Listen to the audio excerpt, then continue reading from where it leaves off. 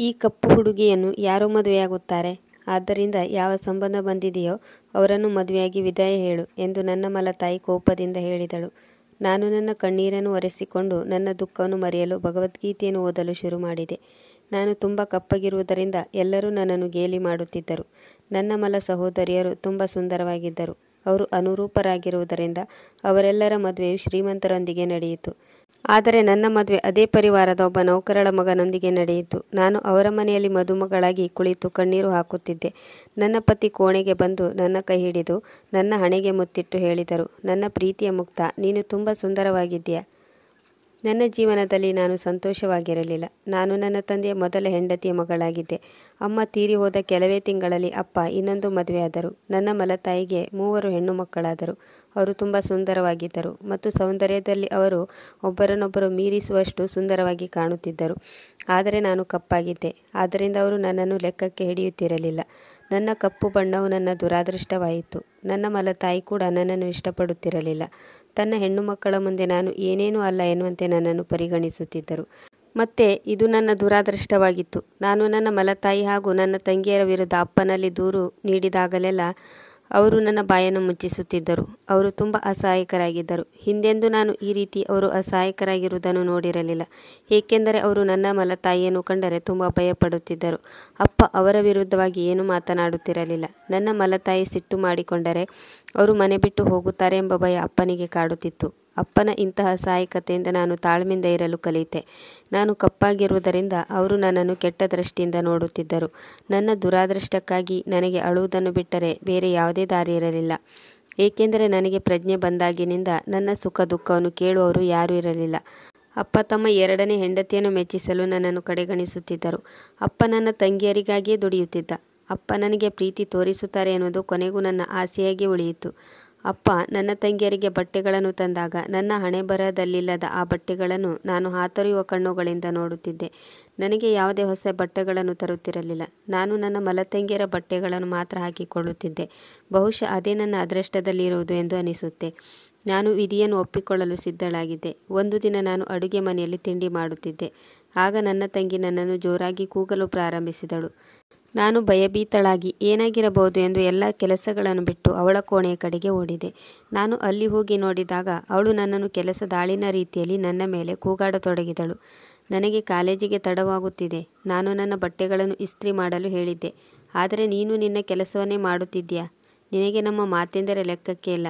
ನಾನು ಹೆದರಿಕೆಯಿಂದ ಬೆರಳನ್ನು ಮಡಚುತ್ತಾ ನಾನು ಅಡುಗೆ ಮನೆಯಲ್ಲಿ ತಿಂಡಿ ಮಾಡುತ್ತಿದ್ದೆ. ನನಗೆ ನೆನಪಾಗಲಿಲ್ಲ. ನಾನು ಈಗಲೇ ನಿನ್ನ ಬಟ್ಟೆಗಳನ್ನು ಇಸ್ತ್ರಿ ಮಾಡುತ್ತೇನೆ ಎಂದೆ. ಆಗ ನನ್ನ ತಂಗಿ ಸಿಟ್ಟಿನಿಂದ, ಮತ್ತೆ ನಿಂತೇ ಇದೆಯಲ್ಲ, ಏನು ಮುಖ ನೋಡ್ತೀಯಾ? ಬೇಗ ತೆಗೆದುಕೊಂಡು ಹೋಗಿ ಇಸ್ತ್ರಿ ಮಾಡು ಎಂದಳು. ನಾನು ಬೇಗನೆ ಬಟ್ಟೆಗಳನ್ನೆಲ್ಲ ತೆಗೆದುಕೊಂಡು ಇಸ್ತ್ರಿ ಮಾಡಲು ಓಡಿದೆ. ಅದೇ ಸಮಯಕ್ಕೆ ನನ್ನ ಚಿಕ್ಕಮ್ಮ, ಈ ಮನೆಯಲ್ಲಿ ಇವತ್ತು ತಿಂಡಿ ಸಿಗುತ್ತೋ ಇಲ್ಲವೋ, ಈ ಹುಡುಗಿ ಯಾವುದಕ್ಕೂ ಪ್ರಯೋಜನಕ್ಕೆ ಬಾರದವಳು ಎಂದು ಜೋರಾಗಿ ಕೂಗತೊಡಗಿದಳು. ನಾನು ಚಂಚಲಾಳ, ಬಟ್ಟೆಗಳನ್ನು ಇಸ್ತ್ರಿ ಮಾಡುತ್ತಿದ್ದೇನೆ ಚಿಕ್ಕಮ್ಮ, ಈಗಲೇ ತಿಂಡಿ ತರುತ್ತೇನೆ ಎಂದು ಹೇಳಿದೆ. ನಾನು ತಿಂಡಿ ತೆಗೆದುಕೊಂಡು ಹೋದಾಗ ಸ್ವಲ್ಪ ತಡವಾಗಿತ್ತು. ಚಿಕ್ಕಮ್ಮ ನನ್ನನ್ನು ಗುರಾಯಿಸಿ ನೋಡುತ್ತಿದ್ದರು ಮತ್ತು ಹೇಳಿದಳು, ನೀನು ಯಾವಾಗಲಾದರೂ ಸರಿಯಾದ ಸಮಯಕ್ಕೆ ಕೆಲಸ ಮಾಡಿದ್ದೀಯಾ? ಪ್ರತಿ ಕೆಲಸದಲ್ಲಿ ಸೋಂಬೇರಿತನ ಮಾಡ್ತೀಯಾ? ಬೇಗ ಬೇಗ ಕೆಲಸ ಮಾಡಿದರೆ ನೀನೇನಾದರೂ ಸತ್ತು ಹೋಗ್ತೀಯಾ? ನಿನ್ನನ್ನು ನೀನು ಮಹಾರಾಣಿ ಅಂದುಕೊಂಡಿದ್ದೀಯಾ? ಹೀಗೆ ಚಿಕ್ಕಮ್ಮ ಒಂದೇ ಸಮನೆ ಬೈಯುತ್ತಿದ್ದರು. ನಾನು ಕಣ್ಣೀರು ಹಾಕುತ್ತಲೇ ಅಡುಗೆ ಮನೆಗೆ ಬಂದೆ. ಏಕೆಂದರೆ ಚಿಕ್ಕಮ್ಮನ ಮುಂದೆ ನಾನು ಏನೇ ಮಾತನಾಡಿದರೂ ಅದು ನಿಷ್ಪ್ರಯೋಜಕ ಎಂದು ನನಗೆ ತಿಳಿದಿತ್ತು. ನಾನು ಎಲ್ಲ ಕೆಲಸಗಳನ್ನು ಮೊದಲೇ ಮಾಡಿ ಮುಗಿಸಿದ್ದೆ. ಮನೆಯವರೆಲ್ಲರ ದುಡಿಮೆಯ ಭಾರವನ್ನು ನನ್ನ ಹೆಗಲ ಮೇಲೆ ಹಾಕಿಕೊಂಡಿದ್ದಂತೂ ನಿಜವಾಗಿತ್ತು. ಆದರೂ ನನಗೆ ಅವಮಾನ, ದ್ವೇಷ ಬಿಟ್ಟರೆ ಈ ಮನೆಯಲ್ಲಿ ಮತ್ತೇನೂ ಸಿಗುತ್ತಿರಲಿಲ್ಲ. ಹೀಗೆ ಅವಮಾನವಾದಾಗಲೆಲ್ಲ ಅಮ್ಮನ ಪ್ರೀತಿಯನ್ನು ನೋಡದ ನಾನು ಆಗಾಗ ಕೋಣೆಗೆ ಹೋಗಿ ಅಮ್ಮನನ್ನು ನೆನೆದು ಅಳುತ್ತಿದ್ದೆ. ಅಷ್ಟೇ ಅಲ್ಲ, ಇಂತಹ ಜೀವನದಿಂದ ಬೇಸತ್ತ ನಾನು ಆಗಾಗ ದೇವರಲ್ಲಿಯೂ ಪ್ರಾರ್ಥಿಸಿಕೊಳ್ಳುತ್ತಿದ್ದೆ. ಅಮ್ಮನೊಂದಿಗೆ ನನ್ನನ್ನು ಸಹ ಈ ಪ್ರಪಂಚದಿಂದ ಕರೆದುಕೊಂಡು ಹೋಗು ಎಂದು ಬೇಡಿಕೊಳ್ಳುತ್ತಿದ್ದೆ. ಈ ಕ್ರೂರ ಜಗತ್ತಿನಲ್ಲಿ ನನ್ನ ಬಗ್ಗೆ ಸಹಾನುಭೂತಿ ಹೊಂದಿರುವವರು ಯಾರೂ ಇಲ್ಲ. ನನ್ನ ತಂಗಿಯರು ಸಹ ಬಾಲ್ಯದಿಂದಲೇ ನನ್ನ ವಿರುದ್ಧವಾಗಿದ್ದರು. ಪ್ರತಿಯೊಂದು ವಿಷಯಕ್ಕೂ ನನ್ನನ್ನು ನಿಂದಿಸುತ್ತಿದ್ದರು. ನನ್ನ ಮಲತಾಯಿ ಕೂಡ ನನ್ನನ್ನು ದೂಷಿಸುತ್ತಿದ್ದರು. ಅವರು ನನ್ನ ಮೇಲೆ ಯಾವ ದ್ವೇಷ ಇಟ್ಟುಕೊಂಡಿದ್ದಾರೋ ನನಗೆ ಗೊತ್ತಿಲ್ಲ. ಚಿಕ್ಕಮ್ಮನೂ ಕೂಡ ತಮ್ಮ ಮಕ್ಕಳಿಗೆ ಸಂಪೂರ್ಣ ಬೆಂಬಲವನ್ನು ನೀಡುತ್ತಿದ್ದರು. ಇತ್ತೀಚೆಗೆ ನನ್ನ ತಂದೆಯು ಕೂಡ ನನ್ನನ್ನು ದ್ವೇಷದಿಂದ ನೋಡುತ್ತಿದ್ದರು. ನನ್ನ ತಂದೆಯ ವರ್ತನೆಯು ನನ್ನ ಹೃದಯವನ್ನು ಚೂರು ಚೂರು ಮಾಡಿತ್ತು. ಅಪ್ಪ ಎಲ್ಲ ಪ್ರೀತಿಯನ್ನು ನನ್ನ ತಂಗಿಯರ ಮೇಲೆ ಸುರಿಯುತ್ತಿದ್ದರು. ಅದನ್ನೆಲ್ಲ ನೋಡಿ ನನ್ನ ಮನಸ್ಸಿಗೆ ತುಂಬ ಹಿಂಸೆಯಾಗುತ್ತಿತ್ತು. ಚಿಕ್ಕಮ್ಮ ನನ್ನನ್ನು ನೋಡಿ ನಗುತ್ತಾ ಹೇಳುತ್ತಿದ್ದರು, ನೀನು ಹೀಗೆ ಕಪ್ಪಗಿರುವುದರಿಂದ ನಿನ್ನ ತಂದೆಯೂ ಕೂಡ ನಿನ್ನಿಂದ ದೂರವಿರುತ್ತಾರೆ. ಅವರ ಮಾತುಗಳನ್ನು ಕೇಳಿ ನನಗೆ ಸಿಡಿಲು ಬಡಿದಂತಾಗಿತ್ತು. ಅಪ್ಪನ ಈ ರೀತಿಯ ನಡವಳಿಕೆ ನನ್ನನ್ನು ತುಂಬ ದುರ್ಬಲಗೊಳಿಸಿತ್ತು. ಅಪ್ಪ ನನ್ನ ತಂಗಿಯರನ್ನು ಸಮಾರಂಭಕ್ಕೆ ಹೊರಗಡೆ ಕರೆದುಕೊಂಡು ಹೋಗುತ್ತಿದ್ದರು. ನಾನು ಮಾತ್ರ ಮನೆಯಲ್ಲಿ ಒಬ್ಬಂಟಿಯಾಗಿರುತ್ತಿದ್ದೆ ಮತ್ತು ನಾನು ಒಬ್ಬಂಟಿಯಾಗಿರುವುದರ ಬಗ್ಗೆ ಯಾರಿಗೂ ಯಾವುದೇ ಚಿಂತೆ ಇರಲಿಲ್ಲ. ಸಮಯ ಹೀಗೆ ಕಳೆಯುತ್ತಿತ್ತು. ನನ್ನ ತಂಗಿ ಇನ್ನೂ ಚಿಕ್ಕವಳಾಗಿದ್ದಳು ಮತ್ತು ಅವಳು ತುಂಬ ಸುಂದರವಾಗಿದ್ದಳು. ಅವಳ ಗುಲಾಬಿ ಬಣ್ಣ ಮತ್ತು ನಕ್ಷತ್ರಗಳಂತೆ ಹೊಳೆಯುವ ಅವಳ ಕಣ್ಣುಗಳು ಅವಳ ಸೌಂದರ್ಯವನ್ನು ಹೆಚ್ಚಿಸಿದ್ದವು. ಅವಳಿಗೆ ಪ್ರತಿದಿನ ಶ್ರೀಮಂತ ಮನೆತನದಿಂದ ಸಂಬಂಧಗಳು ಬರುತ್ತಿದ್ದವು. ತನ್ನ ಸೌಂದರ್ಯದಿಂದಾಗಿ ಸಂಬಂಧಗಳು ಬರುತ್ತಿವೆ ಎಂದು ಅವಳು ತುಂಬ ಹೆಮ್ಮೆ ಪಡುತ್ತಿದ್ದಳು. ಚಿಕ್ಕಮ್ಮ ಅವರ ಮದುವೆಗಾಗಿ ಮತ್ತು ವರದಕ್ಷಿಣೆಯಾಗಿ ಸಾಕಷ್ಟು ಹಣವನ್ನು ಖರ್ಚು ಮಾಡುತ್ತಿದ್ದರು. ಚಿಕ್ಕಮ್ಮ ಅಮ್ಮನ ಒಡವೆಗಳನ್ನೆಲ್ಲ ತನ್ನ ಹೆಣ್ಣು ಮಕ್ಕಳಿಗೆ ನೀಡಿದಳು. ನನ್ನ ತಂದೆ ಅವರ ಮದುವೆಯಲ್ಲಿ ಯಾವುದಕ್ಕೂ ಕಡಿಮೆ ಮಾಡದೆ ಪ್ರಪಂಚದ ಎಲ್ಲ ಸಂತೋಷವನ್ನು ತಂದು ಅವರ ಪಾದದ ಬಳಿ ಇಟ್ಟರು. ಆದರೆ ನನ್ನ ಮದುವೆ ಸರದಿ ಬಂದಾಗ ಯಾರೂ ಕೂಡ ಒಂದು ಪ್ರೀತಿಯ ಮಾತನಾಡಲಿಲ್ಲ. ನನ್ನ ತಂದೆ ಕೂಡ ಈ ವಿಷಯದಲ್ಲಿ ಮೌನವಾಗಿದ್ದರು. ಅವರು ನನ್ನ ಸಂತೋಷದ ಬಗ್ಗೆ ಕಾಳಜಿ ವಹಿಸಲಿಲ್ಲ ಅಥವಾ ನನ್ನನ್ನು ಬೀಳ್ಕೊಡುವಾಗ ಅಪ್ಪ ನನಗೆ ಆಶೀರ್ವಾದ ಕೂಡ ಮಾಡಲಿಲ್ಲ. ಅವರು ನನ್ನನ್ನು ಅಪರಿಚಿತರಂತೆ ನಡೆಸಿಕೊಂಡರು. ಅಪ್ಪ ನನ್ನ ಚಿಕ್ಕಮ್ಮನನ್ನು ಕಂಡರೆ ಭಯಪಡುತ್ತಿದ್ದರು. ಅಪ್ಪ ಚಿಕ್ಕಮ್ಮನ ಮುಂದೆ ಪ್ರತಿ ವಿಷಯದಲ್ಲೂ ಅಸಹಾಯಕರಾಗಿದ್ದರು. ಒಂದು ದಿನ ಚಿಕ್ಕಮ್ಮ ಕಟುವಾಗಿ ಹೇಳಿದ್ದರು, ಈ ಕಪ್ಪು ಹುಡುಗಿಯನ್ನು ಇಲ್ಲಿಂದ ಬೇಗನೆ ಕಳುಹಿಸು. ಯಾವ ಸಂಬಂಧ ಬರುತ್ತದೆಯೋ ಅವರ ಜೊತೆ ಮದುವೆ ಮಾಡಿಸು. ಅವಳ ರೂಪಕ್ಕೆ ಹೇಗಿದ್ದರೂ ಅವಳಿಗೆ ಒಳ್ಳೆಯ ಸಂಬಂಧ ಸಿಗುವುದು ಕಷ್ಟ. ಅವಳಿಗೆ ಶ್ರೀಮಂತ ಅಥವಾ ಒಳ್ಳೆಯ ಕುಟುಂಬದ ಯಾವುದೇ ಸಂಬಂಧ ಕೂಡ ಬರುವುದಿಲ್ಲ. ಅದರಿಂದ ಬಂದಿರುವ ಸಂಬಂಧವನ್ನು ಒಪ್ಪಿಕೊಂಡು ಈ ದರಿದ್ರ ಮುಖವನ್ನು ಮನೆಯಿಂದ ಹೊರಹಾಕುವುದು ಉತ್ತಮ. ಹೇಗಿದ್ದರೂ ಈ ಹುಡುಗಿ ನಮಗೆ ಹೊರೆಯಾಗಿದ್ದಾಳೆ. ನನ್ನ ಮಲತಾಯಿ ಮುಂದೆ ನಮ್ಮ ತಂದೆ ಮೌನವಾದರು. ಚಿಕ್ಕಮ್ಮನ ಮೇಲಿನ ಪ್ರೀತಿಯಿಂದ ಅವರ ಬಾಯಿಂದ ಒಂದೇ ಒಂದು ಮಾತು ಕೂಡ ಹೊರಡಲಿಲ್ಲ. ಅವರ ಮಾತುಗಳನ್ನು ಕೇಳಿ ನನ್ನ ಕಣ್ಣಲ್ಲಿ ನೀರು ತುಂಬಿಕೊಂಡಿತ್ತು. ನಾನೇನು ಇವರ ಬಳಿ ಒಳ್ಳೆಯ ಬಟ್ಟೆ ಕೇಳಲಿಲ್ಲ, ಮೃಷ್ಟಾನ್ನ ಭೋಜನವನ್ನು ಕೇಳಲಿಲ್ಲ. ಅವರಿಗೆ ನಾನು ಯಾವುದಕ್ಕೂ ಒತ್ತಾಯಿಸಲಿಲ್ಲ. ಆದರೂ ಇವರೆಲ್ಲ ಹೀಗೇಕೆ ಮಾಡುತ್ತಿದ್ದಾರೆ? ನನಗೆ ಗೊತ್ತಿತ್ತು, ನಾನು ಕೋಪ ಮಾಡಿಕೊಳ್ಳುವುದರಿಂದ ಯಾವುದೇ ಪ್ರಯೋಜನವಿರಲಿಲ್ಲ. ನನ್ನ ತಂಗಿಯರ ಮದುವೆಯು ಶ್ರೀಮಂತ ಕುಟುಂಬದವರೊಂದಿಗೆ ಆಗಿತ್ತು. ನನ್ನ ಮದುವೆ ಕೂಡ ಶ್ರೀಮಂತ ಕುಟುಂಬದೊಂದಿಗೆ ಆಗಬೇಕೆಂದು ಕನಸು ಕಾಣುತ್ತಿದ್ದೆ. ಆದರೆ ಈ ನನ್ನ ಕನಸು ನನಸಾಗದೆ ಉಳಿಯುವುದೆಂದು ನನಗೆ ಗೊತ್ತಿರಲಿಲ್ಲ. ನಾನು ನನ್ನ ಗಮನವನ್ನು ಬೇರೆಡೆ ತಿರುಗಿಸಲು ಭಗವದ್ಗೀತೆಯಂಥ ಪವಿತ್ರ ಪುಸ್ತಕವನ್ನು ಓದಲು ಶುರು ಮಾಡಿದೆ. ಬಹುಶಃ ದೇವರು ನನ್ನಲ್ಲಿ ಶಕ್ತಿಯನ್ನು ಸೃಷ್ಟಿಸಿ ನನಗೆ ತಾಳ್ಮೆ ಮತ್ತು ಧೈರ್ಯವನ್ನು ನೀಡುತ್ತಾನೆ. ದೇವರನ್ನು ಪ್ರಾರ್ಥಿಸುವಾಗ ನನ್ನ ಕಣ್ಣೀರ ಹನಿಗಳು ಮುತ್ತುಗಳಂತೆ ಬೀಳುತ್ತಿದ್ದವು. ನಾನು ನನ್ನ ಅದೃಷ್ಟಕ್ಕಾಗಿ ದೇವರನ್ನು ಪ್ರಾರ್ಥಿಸುತ್ತಿದ್ದೆ, ಏಕೆಂದರೆ ನಾನು ಆ ಜನರ ನಡವಳಿಕೆ ಬಗ್ಗೆ ಚಿಂತಿಸುತ್ತಿದ್ದೆ.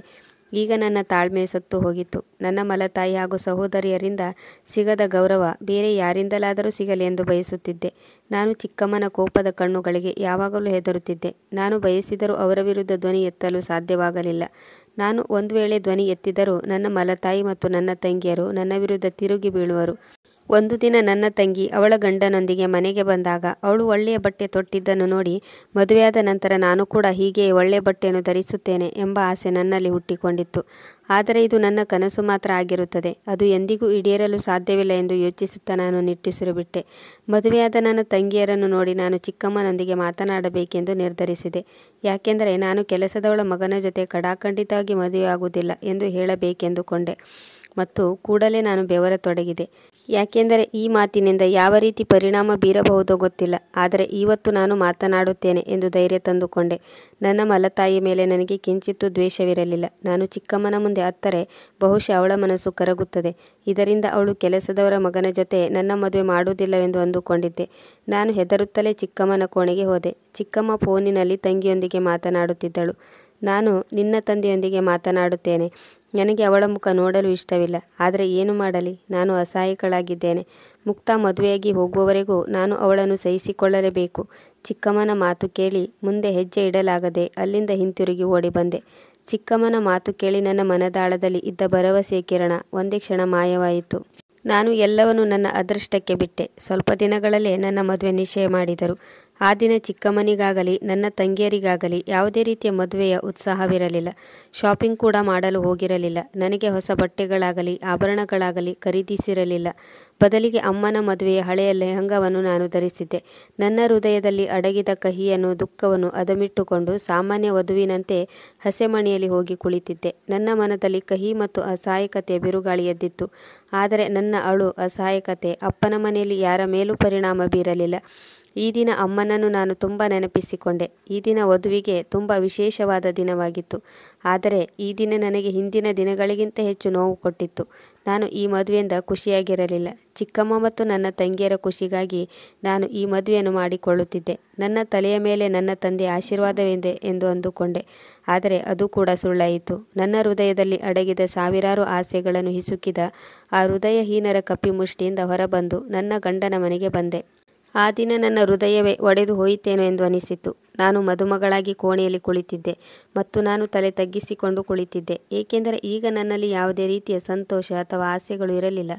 ಆಗಲೇ ನನ್ನ ಗಂಡ ರೂಮಿಗೆ ಬಂದರು. ಅವರ ಕಣ್ಣುಗಳಲ್ಲಿ ಮಿಂಚಿನ ಹೊಳಪಿತ್ತು, ಆಸೆ ಇತ್ತು ಮತ್ತು ನನ್ನ ಮೇಲಿನ ಪ್ರೀತಿ ಎದ್ದು ಕಾಣುತ್ತಿತ್ತು. ಬಹುಶಃ ಇದೇ ಮೊದಲ ಬಾರಿಗೆ ನಾನು ಈ ರೀತಿ ನನ್ನ ಮೇಲೆ ಪ್ರೀತಿ ತೋರಿಸುತ್ತಿರುವವರನ್ನು ನೋಡುತ್ತಿರುವುದು.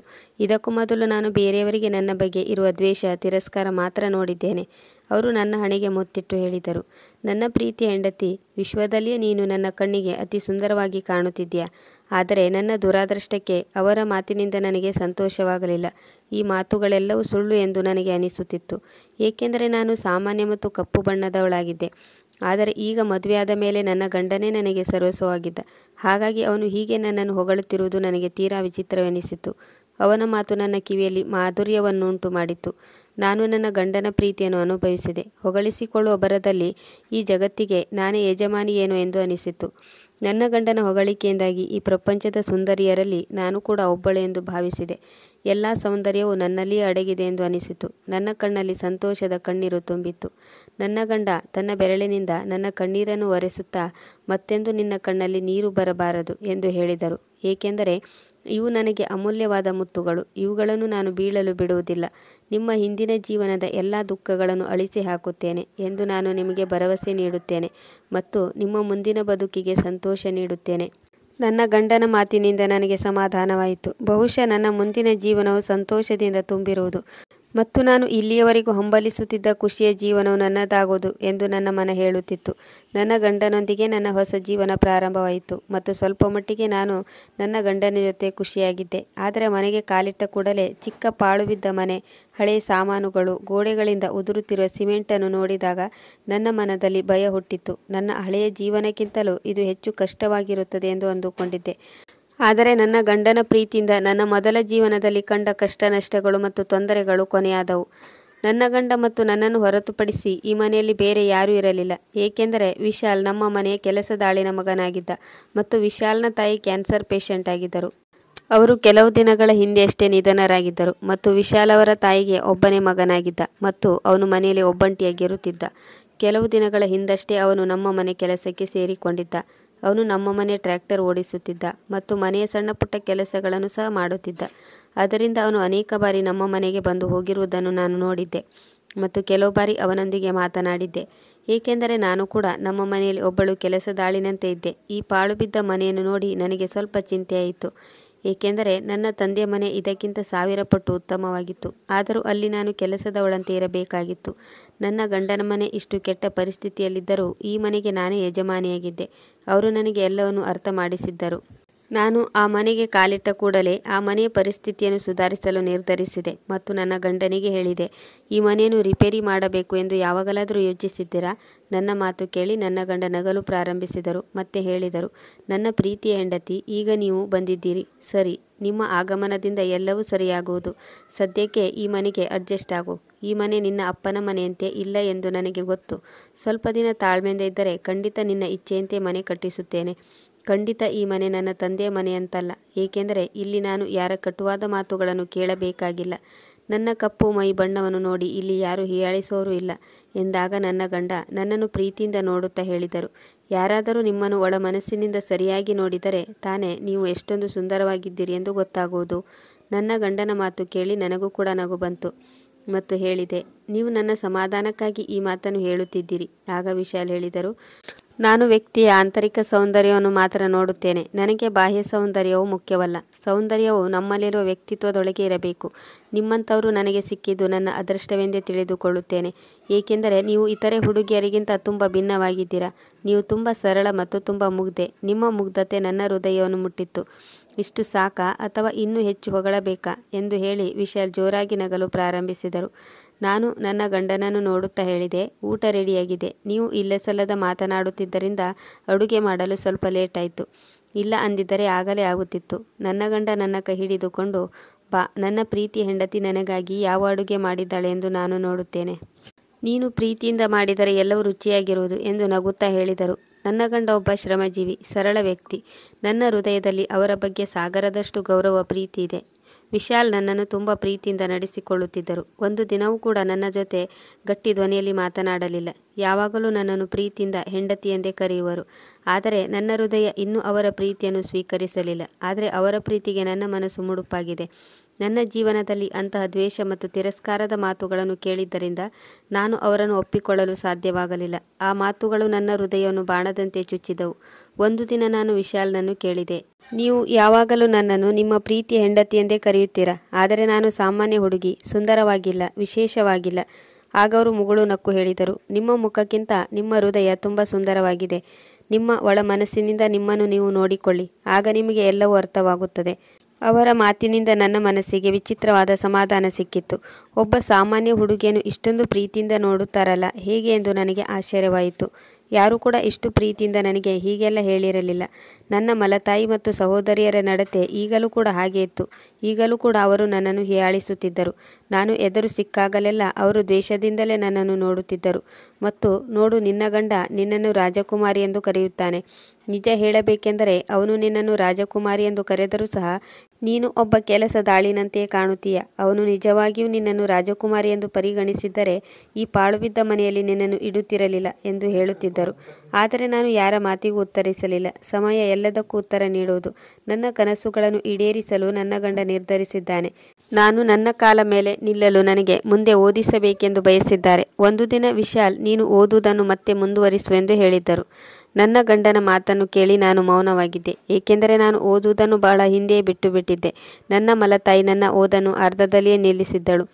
ಆದರೆ ನನ್ನ ತಂಗಿಯರು ಒಳ್ಳೆಯ ಸ್ಕೂಲಿನಲ್ಲಿ ಓದಿದ್ದರು. ನನ್ನ ಗಂಡ ಮತ್ತೆ ನನಗೆ ಓದು ಮುಂದುವರಿಸುವಂತೆ ಹೇಳಿದರು ಮತ್ತು ನನ್ನ ಯೋಗ್ಯತೆಯನ್ನು ಸಾಬೀತುಪಡಿಸಲು ಮತ್ತು ಮಹಿಳೆಯ ಸ್ಥಾನಮಾನವು ಅವಳ ಬಾಹ್ಯ ಸೌಂದರ್ಯವನ್ನು ಅವಲಂಬಿಸಿಲ್ಲ ಎಂದು ಜಗತ್ತಿಗೆ ತೋರಿಸಬೇಕೆಂದು ಅವರು ಬಯಸಿದ್ದರು. ನಾನು ಕೂಡ ಒಂದು ದಿನ ಏನನ್ನಾದರೂ ಸಾಬೀತುಪಡಿಸುತ್ತೇನೆ ಎನ್ನುವ ಭರವಸೆಯಲ್ಲಿ ಮತ್ತೆ ಓದಲು ಪ್ರಾರಂಭಿಸಿದೆ. ನನ್ನ ಗಂಡ ನನಗೆ ಸಾಕಷ್ಟು ಬೆಂಬಲವನ್ನು ನೀಡಿದ್ದರು. ಅವರು ಪ್ರತಿ ಹೆಜ್ಜೆಯಲ್ಲೂ ನಾನು ನಿನ್ನೊಂದಿಗೆ ಇದ್ದೇನೆ ಎಂಬ ಭರವಸೆಯನ್ನು ನೀಡುತ್ತಿದ್ದರು.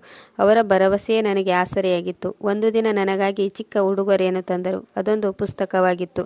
ಪುಸ್ತಕದ ಹೆಸರು ನಿನ್ನೊಳಗಿನ ಸೌಂದರ್ಯವನ್ನು ಗುರುತಿಸು ಎಂದಾಗಿತ್ತು. ಮತ್ತು ಅವರು ಹೇಳಿದರು, ನೀನು ನಿನ್ನೊಳಗಿನ ಸೌಂದರ್ಯವನ್ನು ಗುರುತಿಸು. ಇತರರ ಅನುಪಯುಕ್ತ ಮಾತುಗಳಿಂದ ನೀವು ಸೃಷ್ಟಿಸುವ ನಿಮ್ಮೊಳಗಿನ ಸೌಂದರ್ಯ ಮತ್ತು ನಿಮ್ಮೊಳಗಿನ ಬಿರುಗಾಳಿಯನ್ನು ಕಂಡುಹಿಡಿಯಲು ಈ ಪುಸ್ತಕವು ನಿಮಗೆ ಸಹಾಯ ಮಾಡುತ್ತದೆ.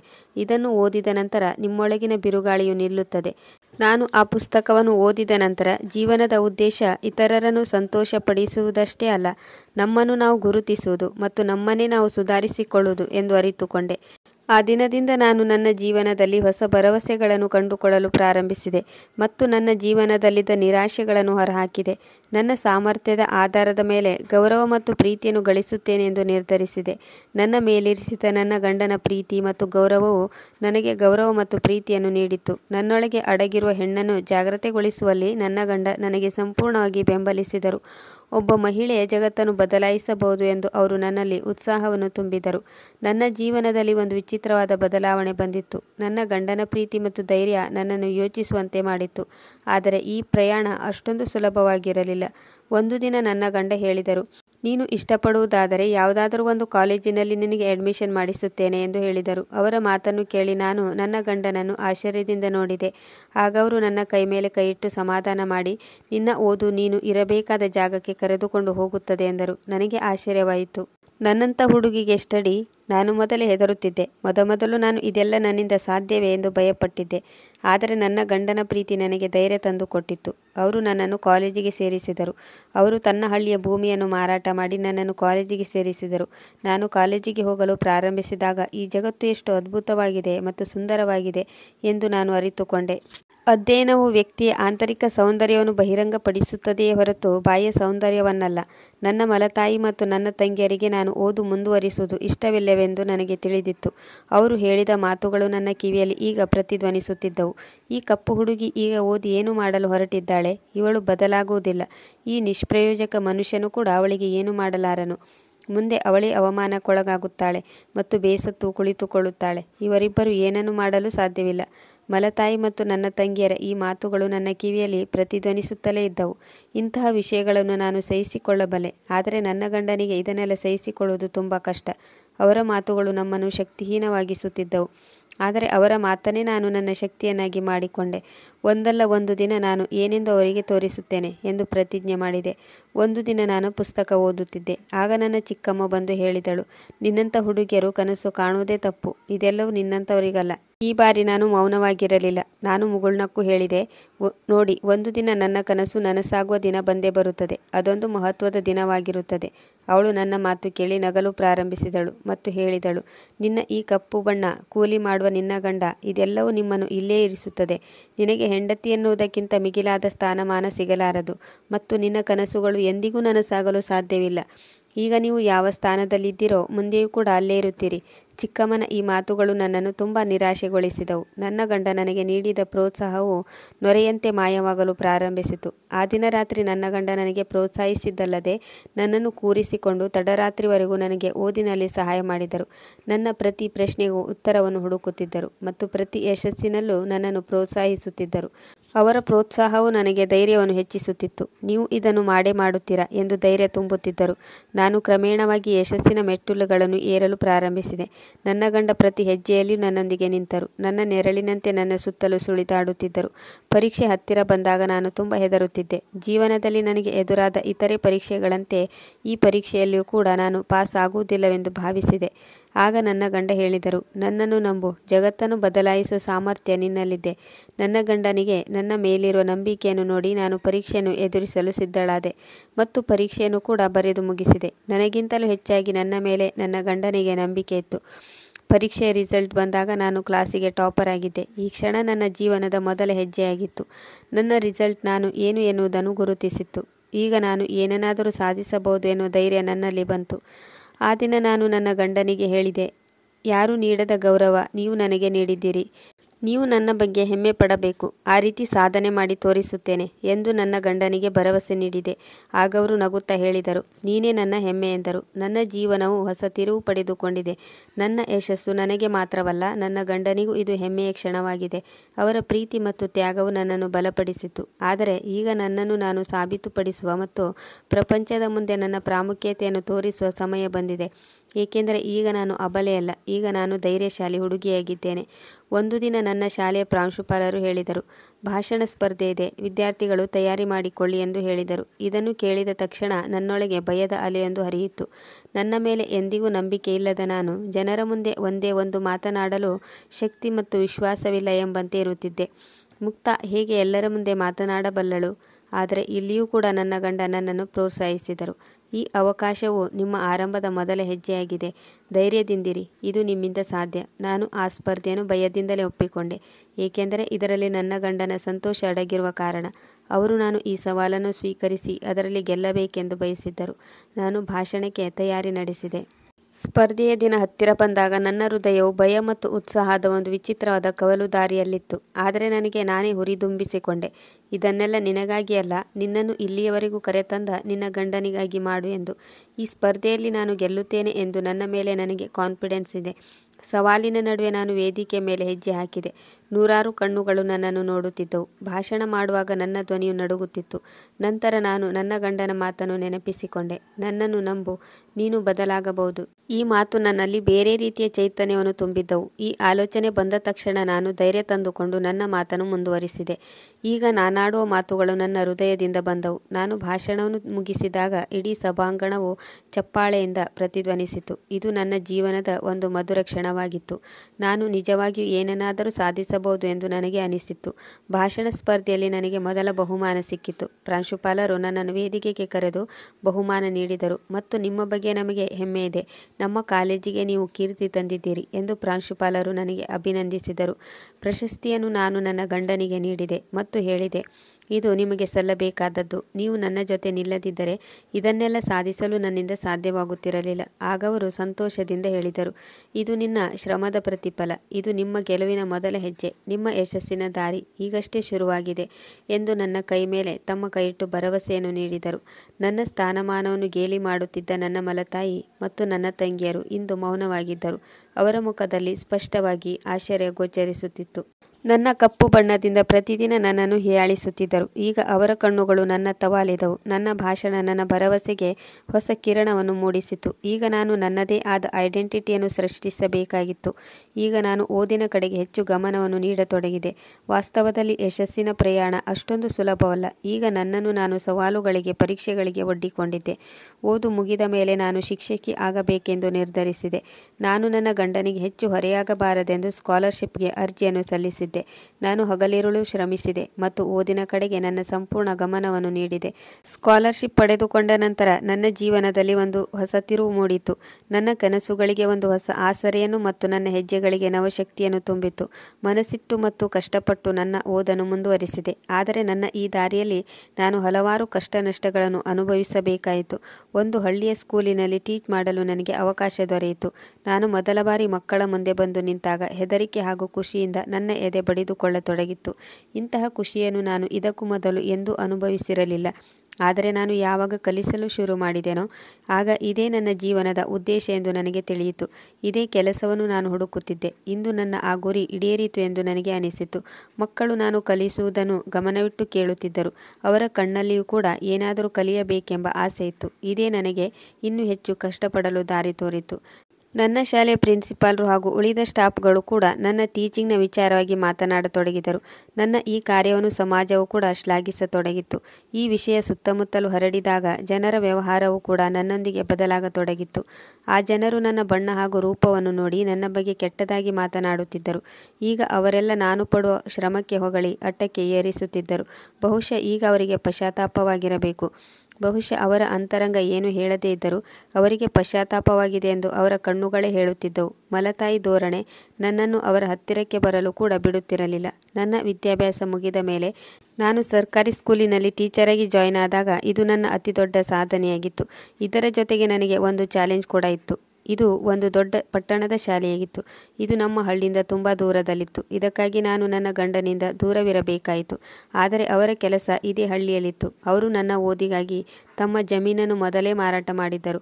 ಅವರ ಬಳಿ ಕೇವಲ ಅವರ ನೌಕರಿ ಮಾತ್ರ ಇತ್ತು. ಈಗ ನನಗೆ ಏನು ಮಾಡಬೇಕೆಂದು ತೋಚಲಿಲ್ಲ. ನೌಕರಿಗಾಗಿ ನಾನು ಪತಿಯಿಂದ ದೂರವಿರಬೇಕೋ ಬೇಡವೋ ಎಂದು ಯೋಚಿಸುತ್ತಿರುವಾಗ ನನ್ನ ಗಂಡ ನನ್ನ ಸಮಸ್ಯೆಯನ್ನು ಬಗೆಹರಿಸಿದರು. ಅವರು ಹೇಳಿದರು, ನಿನಗೀಗ ಒಂದು ಒಳ್ಳೆಯ ಅವಕಾಶ ದೊರೆತಿದೆ. ನೀನು ಈ ಅವಕಾಶವನ್ನು ಸದುಪಯೋಗಪಡಿಸಿಕೊಳ್ಳುವುದು ತುಂಬ ಮುಖ್ಯವಾಗಿದೆ. ನೀನು ಯಾವ ನಿರ್ಧಾರ ತೆಗೆದುಕೊಳ್ಳುತ್ತೀಯೋ ನಾನು ನಿನ್ನ ಜೊತೆಯಾಗಿ ನಿಲ್ಲುತ್ತೇನೆ. ಒಂದು ವೇಳೆ ನೀನು ಪಟ್ಟಣಕ್ಕೆ ಹೋಗಬೇಕೆಂದರೆ ಖುಷಿಯಿಂದ ಹೋಗಬಹುದು. ನೀನು ಪಟ್ಟಣಕ್ಕೆ ಹೋದರೆ ನನಗೆ ಯಾವ ತೊಂದರೆಯೂ ಇಲ್ಲ. ನನ್ನ ಗಂಡನ ಈ ನಿರ್ಧಾರವನ್ನು ಕೇಳಿ ನನ್ನ ಮನಸ್ಸಿಗೆ ಸಮಾಧಾನವಾಯಿತು. ನನ್ನ ಕನಸನ್ನು ಸಾಕಾರಗೊಳಿಸಿಕೊಳ್ಳಲು ನಾನು ಈ ಚಾಲೆಂಜನ್ನು ಸ್ವೀಕಾರ ಮಾಡಿದೆ. ನನ್ನ ನೌಕರಿಗಾಗಿ ಹೊಸ ಪಟ್ಟಣಕ್ಕೆ ಕಾಲಿಟ್ಟೆ. ಇಲ್ಲಿಯ ವಾತಾವರಣ ಕೇವಲ ಪುಸ್ತಕದ ಕಲಿಕೆಗಷ್ಟೇ ಸೀಮಿತವಲ್ಲ. ಬದಲಾಗಿ ಇಲ್ಲಿಯ ಜನರು ಹೊಸ ಹೊಸ ವಿಚಾರಗಳಿಗಾಗಿ ಮತ್ತು ಉತ್ತಮ ಸಂಬಂಧಕ್ಕೂ ಕೂಡ ಬೆಲೆ ಕೊಡುತ್ತಾರೆ. ನನ್ನ ಈ ಓದು ನನ್ನನ್ನು ಒಬ್ಬಳು ಒಳ್ಳೆಯ ಟೀಚರ್ ಆಗಿ ಮಾಡಿದ್ದಲ್ಲದೆ ಸಮಾಜದಲ್ಲಿ ಇರುವ ಅಸಹಾಯಕ ಮಕ್ಕಳಿಗೆ ಒಂದು ಒಳ್ಳೆಯ ಶಿಕ್ಷಣವನ್ನು ಕೊಡಿಸಿ ಅವರು ತಮ್ಮ ಗುರಿಯನ್ನು ತಲುಪಲು ಕೂಡ ಇದರಿಂದ ಸಾಧ್ಯವಾಯಿತು. ನನ್ನ ಈ ಸಾಧನೆಯ ಸುದ್ದಿ ನಮ್ಮ ಹಳ್ಳಿಯವರೆಗೂ ತಲುಪಿದಾಗ ಜನರು ತುಂಬ ಹೆಮ್ಮೆಯಿಂದ ನನ್ನ ವಿಷಯವನ್ನು ಮಾತನಾಡುತ್ತಿದ್ದರು. ಒಂದು ದಿನ ನನ್ನ ಮಲತಾಯಿ ಫೋನ್ ಮಾಡಿ ಹೇಳಿದಳು, ನಾನು ಎಂದಿಗೂ ನಿನ್ನನ್ನು ಸರಿಯಾಗಿ ನಡೆಸಿಕೊಳ್ಳಲಿಲ್ಲ. ಆದರೆ ಇಂದು ನೀನು ಮಾಡಿದ ಈ ಕೆಲಸದಿಂದ ನಾನು ತುಂಬ ಹೆಮ್ಮೆ ಪಡುತ್ತೇನೆ. ನನ್ನ ಮಲತಾಯಿಯ ಈ ಮಾತುಗಳು ಕೂಡ ನನಗೆ ಸಮಾಧಾನ ತಂದಿತ್ತು. ಈ ಮಾತುಗಳು ನನ್ನಲ್ಲಿ ಇನ್ನೂ ಹೆಚ್ಚು ಆತ್ಮವಿಶ್ವಾಸವನ್ನು ತುಂಬಿದವು. ಇನ್ನೂ ಹೆಚ್ಚಿನ ಸಾಧನೆಯನ್ನು ಮಾಡಬೇಕು ಎಂದು ಅಂದುಕೊಂಡೆ. ಮನುಷ್ಯನು ತುಂಬ ಕಷ್ಟಪಟ್ಟು ಮತ್ತು ನಿಖರವಾದ ಗುರಿಯೊಂದಿಗೆ ಯಾವಾಗ ಮುಂದೆ ಸಾಗುತ್ತಾನೋ ಜಗತ್ತು ಕೂಡ ಅವನ ದಾರಿಯನ್ನು ಸುಗಮಗೊಳಿಸುತ್ತದೆ. ನಾನು ಕೂಡ ಯಶಸ್ಸಿನ ತುತ್ತ ತುದಿಗೆ ತಲುಪಿದೆ. ಆದರೆ ಜೀವನ ಎಂದಿಗೂ ಪರೀಕ್ಷೆಗಳಿಂದ ಮುಕ್ತವಾಗಿರುವುದಿಲ್ಲ. ನಾನು ಪಟ್ಟಣದಲ್ಲಿ ನೌಕರಿ ಮಾಡುತ್ತಾ ನಾನು ಯಶಸ್ಸಿನತ್ತ ಸಾಗುವುದರ ಜೊತೆಗೆ ಹಲವಾರು ಮಕ್ಕಳು ಕೂಡ ಯಶಸ್ಸು ಸಾಧಿಸಲು ಸಹಾಯ ಮಾಡಿದೆ. ಅತಿ ಕಡಿಮೆ ಸಮಯದಲ್ಲಿಯೇ ಈ ಸುದ್ದಿ ಎಲ್ಲ ಕಡೆಗೂ ಹರಡಿ ಹಲವಾರು ಮಕ್ಕಳ ತಂದೆ ತಾಯಿಗಳು ತಮ್ಮ ಮಕ್ಕಳ ಸಮಸ್ಯೆಗಳನ್ನು ತೆಗೆದುಕೊಂಡು ನನ್ನ ಬಳಿ ಬರಲು ಶುರು ಮಾಡಿದರು. ಮಕ್ಕಳು ನಾನು ಹೇಳಿದಂತೆ ಪಾಲಿಸುವುದರ ಜೊತೆಗೆ ಇಡೀ ಜಗತ್ತನ್ನೇ ಗೆಲ್ಲುವ ಭರವಸೆ ಹೊಂದಿದರು. ಶಾಲೆಯಲ್ಲಿ ಒಂದು ಭಾಷಣದಲ್ಲಿ ನನ್ನ ಬಗ್ಗೆ ಹೀಗೆ ಹೇಳಲಾಯಿತು. ಈ ಟೀಚರ್ ಕೇವಲ ಪುಸ್ತಕದ ವಿಷಯವನ್ನು ಕಲಿಸುತ್ತಿಲ್ಲ, ಬದಲಾಗಿ ಜೀವನದ ಪಾಠವನ್ನು ಕೂಡ ಕಲಿಸುತ್ತಿದ್ದಾರೆ. ಈ ಹೊಗಳುವಿಕೆಯು ನನಗೆ ಅವರು ನೀಡಿದ ಗೌರವವಾಗಿತ್ತು. ಹೀಗೆ ಸಮಯ ಕಳೆದಂತೆ ನನ್ನ ಗಂಡನಿಲ್ಲದ ಜೀವನ ನನಗೆ ಅಪೂರ್ಣ ಎಂದು ಅನಿಸತೊಡಗಿತ್ತು. ಅವರಿಲ್ಲದೆ ನಾನು ಈ ಸಾಧನೆ ಮಾಡಲು ಸಾಧ್ಯವಿರಲಿಲ್ಲ. ಒಂದು ದಿನ ನನ್ನ ಗಂಡ ಫೋನಲ್ಲಿ ಹೇಳಿದರು, ನಿನ್ನ ಈ ಸಾಧನೆಯಿಂದ ನಾನು ತುಂಬ ಖುಷಿಯಾಗಿದ್ದೇನೆ. ನಿನ್ನನ್ನು ನೋಡದೇ ಇರಲು ನನಗೆ ಸಾಧ್ಯವಿಲ್ಲ. ಆಗ ನಾನು ಅಂದುಕೊಂಡೆ, ನನ್ನ ಈ ಸಾಧನೆಯ ಹಿಂದೆ ಅವರ ದೊಡ್ಡ ತ್ಯಾಗವೇ ಇತ್ತು. ಆದರೂ ನಾನು ಅವರ ಜೊತೆ ಸಮಯವನ್ನು ಕಳೆಯಲು ಆಗುತ್ತಿರಲಿಲ್ಲ. ಆಗ ನಾನು ಒಂದು ನಿರ್ಧಾರಕ್ಕೆ ಬಂದೆ, ಏನಾದರಾಗಲಿ, ಈಗ ನಾನು ನನ್ನ ಗಂಡನ ಜೊತೆಗೆ ಇರುತ್ತೇನೆ. ನಾನು ಇಲ್ಲಿ ಸರ್ಕಾರಿ ಕ್ವಾರ್ಟರ್ಸ್ ತೆಗೆದುಕೊಂಡಿದ್ದೆ. ಅವರಿಗೆ ನನ್ನ ಜೊತೆ ಬಂದು ಉಳಿಯಲು ತುಂಬ ವಿನಂತಿ ಮಾಡಿದೆ. ಅವರು ನನ್ನ ವಿದ್ಯಾಭ್ಯಾಸಕ್ಕಾಗಿ ಅಡವಿಟ್ಟ ಜಮೀನನ್ನು ಕೂಡ ಬಿಡಿಸಿಕೊಂಡಿದ್ದೆ. ಇಲ್ಲಿ ನನಗೆ ಯಾವುದೇ ತೊಂದರೆ ಇರಲಿಲ್ಲ. ಇಲ್ಲಿ ಪ್ರತಿಯೊಂದು ಸೌಕರ್ಯವಿತ್ತು. ನನಗೆ ಏನೇ ಸಿಕ್ಕಿದ್ದರೂ ನನ್ನ ಗಂಡನ ಕಾರಣದಿಂದಾಗಿಯೇ ಎಲ್ಲವೂ ದೊರೆತಿತ್ತು.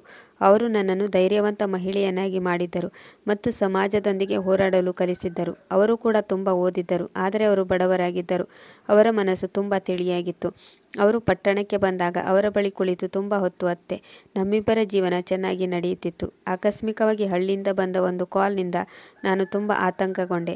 ನನ್ನ ಅಮ್ಮ ಫೋನ್ ಮಾಡಿದಳು. ಎಂದಿಗೂ ಅವಳು ನನ್ನಲ್ಲಿ ನೇರವಾಗಿ ಮಾತನಾಡುತ್ತಿರಲಿಲ್ಲ, ಆದರೆ ಇಂದು ಅವಳು ನನ್ನಲ್ಲಿ ವಿನಂತಿಸಿಕೊಂಡು ಮಾತನಾಡುತ್ತಿದ್ದಳು. ಅವಳು ಹೇಳಿದ ಮಾತಿನಿಂದ ನಾನು ನಿಂತ ನೆಲವೇ ಕುಸಿದಂತಾಯಿತು. ಯಾವಾಗಲೂ ನನ್ನ ತಂಗಿ ನನ್ನನ್ನು ಕಾಲಬಳಿಯ ಚಪ್ಪಲಿಯಂತೆ ನಡೆಸಿಕೊಳ್ಳುತ್ತಿದ್ದಳು. ಇಂದು ಅವಳ ಗಂಡನಿಗೆ ಆಕ್ಸಿಡೆಂಟ್ ಆಗಿತ್ತು. ಸ್ಥಳದಲ್ಲಿ ಅವಳ ಪತಿ ಸಾವನ್ನಪ್ಪಿದ್ದರು. ಅವಳಿಗೆ 2 ಮಕ್ಕಳು ಕೂಡ ಇದ್ದರು. ಅವಳ ಅತ್ತೆ ಮಾವ ಅವರನ್ನು ಇಟ್ಟುಕೊಳ್ಳಲು ತಯಾರಾಗಲಿಲ್ಲ. ನನ್ನ ತಂದೆಯವರಿಗೂ ಕೂಡ ಈಗ ವಯಸ್ಸಾಗಿತ್ತು. ನನ್ನ ಉಳಿದ ತಂಗಿಯರು ತಮ್ಮ ಬಳಿ ಹಣವಿಲ್ಲವೆಂದು ನಾವು ನಿನ್ನನ್ನು ಹೇಗೆ ನೋಡಿಕೊಳ್ಳಬೇಕೆಂದು ಕೈ ಚೆಲ್ಲಿದ್ದರು. ಈಗ ಅಮ್ಮ ನನ್ನ ಮೇಲೆ ಭರವಸೆ ಇಟ್ಟು ನನಗೆ ಫೋನ್ ಮಾಡಿದ್ದರು. ಅಪ್ಪನೂ ಕೂಡ ಅಳುತ್ತಾ ಹೇಳಿದರು, ಮಗ, ಈಗ ನೀನೇ ನಮ್ಮೆಲ್ಲರಿಗೂ ಆಸರೆಯಾಗಿದ್ದೀಯಾ. ನೀನೇ ಸುರಭಿ ಮತ್ತು ಅವಳ ಮಕ್ಕಳನ್ನು ಪಟ್ಟಣಕ್ಕೆ ಕರೆಸಿಕೊ ಮತ್ತು ಅವಳಿಗೆ ನೌಕರಿ ಸಿಗುವವರೆಗೂ ನೀನೇ ಅವರನ್ನು ಚೆನ್ನಾಗಿ ನೋಡಿಕೊಳ್ಳಬೇಕು. ನನ್ನ ತಂದೆ ಈ ರೀತಿ ರೋಧಿಸುತ್ತಿರುವುದನ್ನು ಕೇಳಿ ನನಗೂ ಕೂಡ ಅಳು ಬಂದಿತ್ತು. ಅವರೆಲ್ಲರಿಗೂ ಟಿಕೆಟ್ ಬುಕ್ ಮಾಡಿಸಿ ಅವರನ್ನು ಪಟ್ಟಣಕ್ಕೆ ಕರೆಸಿಕೊಂಡೆ. ಸುರಭಿಯ ಮಕ್ಕಳ ಅಡ್ಮಿಷನ್ ಕೂಡ ಪಟ್ಟಣದ ಸರ್ಕಾರಿ ಶಾಲೆಯಲ್ಲಿ ಮಾಡಿಸಿದೆ. ಸುರಭಿಗೂ ಕೂಡ ಒಂದು ಪ್ರೈವೇಟ್ ಕಂಪನಿಯಲ್ಲಿ ಜಾಬ್ ಕೊಡಿಸಿದೆ. ಅವಳ ಕೆಲಸ ರಿಸೆಪ್ಷನ್ನಲ್ಲಿ ಕುಳಿತುಕೊಳ್ಳುವುದಾಗಿತ್ತು. ಅವಳಿಗೆ 15,000 ಸಂಬಳ ಬರುತ್ತಿತ್ತು. ತಾನು ಮಾಡಿದ ಕೆಲಸಕ್ಕೆ ತುಂಬ ಪಶ್ಚಾತ್ತಾಪ ಪಡುತ್ತಿದ್ದಳು. ಪ್ರತಿದಿನ ನನ್ನಲ್ಲಿ ಕ್ಷಮೆ ಕೇಳುತ್ತಿದ್ದಳು. ಹಳ್ಳಿಯಿಂದ ನನ್ನ ತಂದೆ ಪಟ್ಟಣಕ್ಕೆ ಬಂದಾಗ ನನ್ನನ್ನು ಅಪ್ಪಿಕೊಂಡು ತುಂಬ ಅಳತೊಡಗಿದರು. ನಾನು ಕೂಡ ಅಳುತ್ತಿದ್ದೆ. ಮೊದಲ ಬಾರಿಗೆ ಅವರು ನನ್ನನ್ನು ತಬ್ಬಿಕೊಂಡು ಅಳುತ್ತಿದ್ದರು. ಈಗ ಅಪ್ಪ ಅಮ್ಮ ಕೂಡ ನನ್ನ ಜೊತೆಗೆ ಇರತೊಡಗಿದರು. ಸುರಭಿ ತನ್ನ ಮಕ್ಕಳೊಂದಿಗೆ ಬೇರೆ ಫ್ಲ್ಯಾಟ್ನಲ್ಲಿ ಇರುತ್ತಿದ್ದಳು. ನನ್ನ ಅಪ್ಪ ಅಮ್ಮ ನನ್ನಲ್ಲಿ ಮತ್ತು ನನ್ನ ಗಂಡನಲ್ಲಿ ಹಲವಾರು ಬಾರಿ ಕ್ಷಮೆ ಕೇಳಿದರು. ನನ್ನ ಗಂಡನಲ್ಲಿ ಅವರು ಹೇಳಿದರು, ಯಾವ ಕೆಲಸವನ್ನು ನಾವು ನಮ್ಮ ಮಗಳಿಗೆ ಮಾಡಬೇಕಿತ್ತೋ ಅದನ್ನು ನೀವೇ ಮಾಡಿ ತೋರಿಸಿದಿರಿ. ನೀವು ಜಗತ್ತಿನ ಒಳ್ಳೆಯ ಮನುಷ್ಯರಾಗಿದ್ದೀರಿ. ಒಂದು ಮಹಿಳೆಗೆ ಧೈರ್ಯ ಮತ್ತು ಶಕ್ತಿಯನ್ನು ನೀಡಿದ್ದೀರಿ. ಸಮಾಜದಲ್ಲಿ ತಲೆ ಎತ್ತಿ ನಡೆಯುವಂತೆ ಮಾಡಿದ್ದೀರಿ. ಇಂದಿನ ಕತೆ ನಿಮಗೆ ಇಷ್ಟವಾಗಿದ್ದರೆ ಅವಶ್ಯವಾಗಿ ಲೈಕ್ ಮಾಡಿ, ಶೇರ್ ಮಾಡಿ ಮತ್ತು ಕಮೆಂಟ್ ಮಾಡಿ. ಒಂದು ವೇಳೆ ಇಲ್ಲಿಯವರೆಗೂ ನಮ್ಮ ಚಾನಲನ್ನು ಸಬ್ಸ್ಕ್ರೈಬ್ ಮಾಡಿಕೊಳ್ಳದಿದ್ದರೆ ಈ ಕೂಡಲೇ ಸಬ್ಸ್ಕ್ರೈಬ್ ಆಗಿ. ಮತ್ತೆ ಸಿಗೋಣ ಒಂದು ಹೊಸ ಭಾವನಾತ್ಮಕ ಕಥೆಯೊಂದಿಗೆ.